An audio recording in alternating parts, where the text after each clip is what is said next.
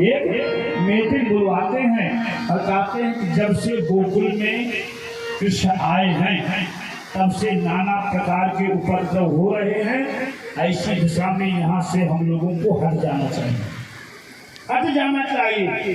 अब प्रस्ताव हुआ कि 3 वन हैं, नंद वन, ताल वन और वृंदावन। वहां पर बताने में 3 वन हैं, नंद वन, ताल वन और वृंदावन। तो भगवान की प्रेरणा से सर्वसम्मत प्रस्ताव पास हुआ तो हम सभी को वृंदावन धाम में ही चलना चाहिए। क्यों वृंदावन धाम में चलना चाहिए? मध्य गोवर्धनो जगह, मध्य में गोवर्धन जहाँ विद्यमान है उसके चारों तरफ का भूभाग ही वृंदावन बताया गया है। और वृंदावन सामान्य नहीं है, वृंदावन माने जहाँ पर भक्ति हमेशा नृत्य करती हो उस जगह को कहते हैं वृंदावन। वृंदावन भक्तानां समूह इति वृंदावनम, वृंदावन नव तुलस्यानां समूह इति वृंदावनम। वृंदावन सामान्य नहीं है मेरे प्रिय बंधुओं, और राधा रानी का निवास है वृंदावन। लोग कहते हैं कि राधा रानी का नाम का उच्चारण भागवत में नहीं किया गया है।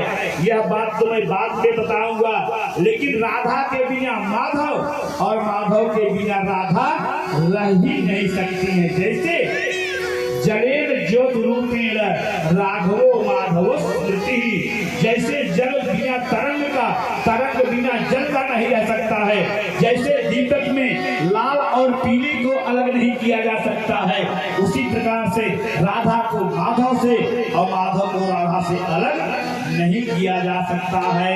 और क्या रकारात जायते राधा मकरात मधुसूदन, राम कहने से राधा और मधुसूदन दोनों का बोध होता है।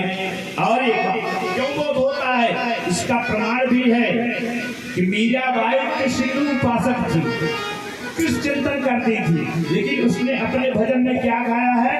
हेरी मैं तो राम रतन धन आयो, ढकारा जायते राधा मकरात मधुसूदन। और दूसरी बात, राधा सामान्य नहीं थी,